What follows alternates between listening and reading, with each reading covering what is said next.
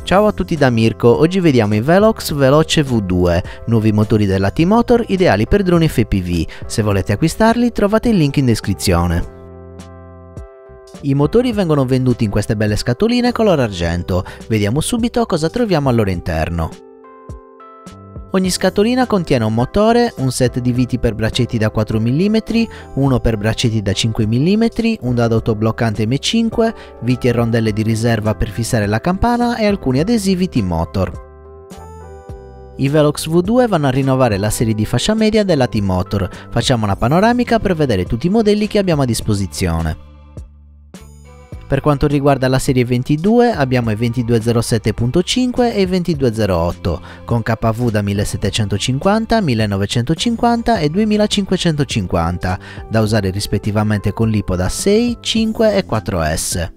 Per la serie 23 abbiamo i 2306.5 e i 2307 con KV da 1950 e 2550, i primi per batteria 6S, gli altri per batterie da 5 o 4S.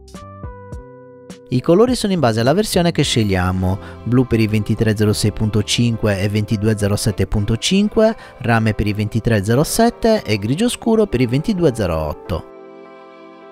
Io ho scelto i 2306.5 da 1950 kV, li userò quindi su un setup a 6S. La maggior parte delle caratteristiche che vedremo in questo video sono in comune con tutti i motori, quindi potete seguire la recensione anche se non prendete questo modello in particolare. La campana è realizzata in un unico blocco per garantire una buona resistenza. L'albero motore è in titanio cavo per darci la massima resistenza al minor peso possibile. L'altezza dell'albero è di 12 mm. Nella base abbiamo queste piccole punte che tengono ferma l'elica impedendole di slittare. Passando al fondo motore notiamo come questo sia di tipo open bottom con la vite che blocca la campana. I magneti sono di tipo N52 ad arco e sono molto vicini allo statore. I cavi sono in silicone da 20 AVG e sono lunghi 15 cm. Il peso è di 33,5 grammi. Ok, è venuto il momento di provare il motore con l'RC Benchmark 1520. Per questo test userò 3 eliche con pitch diverso. Le JEP 5040 puntano all'efficienza e a tempi di volo più lunghi. Le V1S 5045 sono un buon compromesso tra tempi di volo e prestazioni. Le Genfan 5149 ci danno prestazioni massime a discapito dei tempi di volo. Come batteria userò una CNHL serie Black da 6S.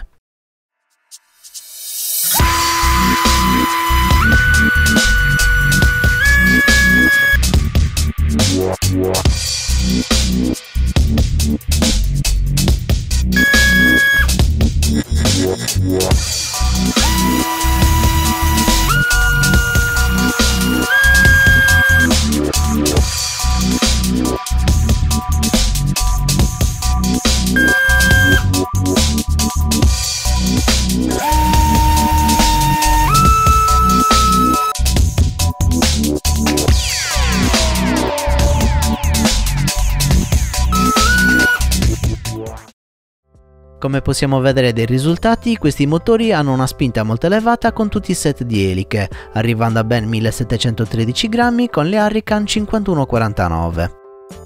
Nonostante tutto, i risultati con le 5040 e 5045 sono lo stesso sopra la media. Sicuramente valori così alti sono dovuti alla combinazione KV e numero di celle, infatti io di solito preferisco abbinare all'SIS i 1750 piuttosto che 1950, perché preferisco avere tempi di volo più lunghi a discapito delle prestazioni, che comunque su motori di questo livello sono di tutto rispetto. Altri invece preferiscono i 1950 anche con le 6S, ma a mio parere questo limita la scelta delle eliche ed infatti con le 5149 vengono consumati ben 44 A. Quindi se volete fare questa combinazione assicuratevi di avere elettronica di buon livello capace di supportare consumi elevati. Ed eccoci arrivati alle considerazioni finali e devo dire che con questi Velox V2 T-Motor ha fatto un buon lavoro, proponendo dei validi motori che vanno ad inserirsi in una fascia medio-alta di mercato. Sicuramente gli aspetti positivi sono l'albero in titanio e i magneti ad arco, caratteristiche che di solito troviamo su motori di fascia alta. Interessanti anche le nuove misure 2307 e 2208 che vanno ad aumentare leggermente le dimensioni alle quali siamo abituati. A tal proposito però non capisco perché proporre anche 2306.5 e 2207.5 che da una parte vanno ad aumentare l'offerta ma dall'altra rischiano di essere troppo simili tra loro. Con uno statore più piccolo di solo 0,5 mm infatti non mi aspetterei differenze poi così marcate. In conclusione, se cercate dei motori con prestazioni molto elevate ma non volete spendere le cifre dei motori di fascia alta, sicuramente questi Velox sono da prendere in considerazione. Per oggi è tutto, questa era la mia recensione dei Velox Veloce V2. Se il video vi è piaciuto lasciate un like, iscrivetevi e attivate la campanella. Per supportare il canale vi ricordo di acquistare sempre attraverso il link in descrizione o diventando miei patrons cliccando il link a fine video.